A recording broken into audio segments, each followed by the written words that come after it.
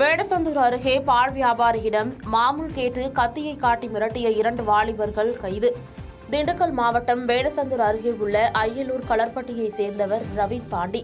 பால் வியாபாரியான இவர் வடமதுரையில் உள்ள ஆஞ்சநேயர் கோயில் அருகே பால் வியாபாரத்திற்காக சென்றபோது பிரவீன் பாண்டியை வழிமறித்த 2 வாலிபர்கள், நாங்கள் இந்த ஏரியா ரவுடி, அதனால் எங்களுக்கு நீ 500 ரூபாய் மாமூல் கொடுக்க வேண்டும் என்று கத்தியை காட்டி மிரட்டியுள்ளனர்.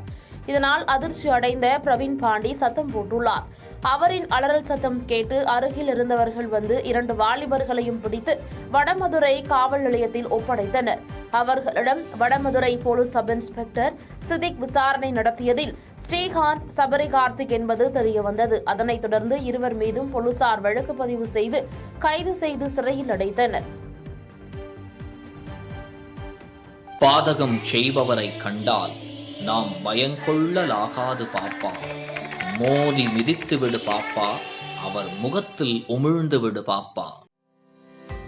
அண்மை செய்திகளை உடனுக்குடன் தெரிந்து கொள்ள இணைந்திருங்கள் இயம்நாடு தொலைக்காட்சியுடன்.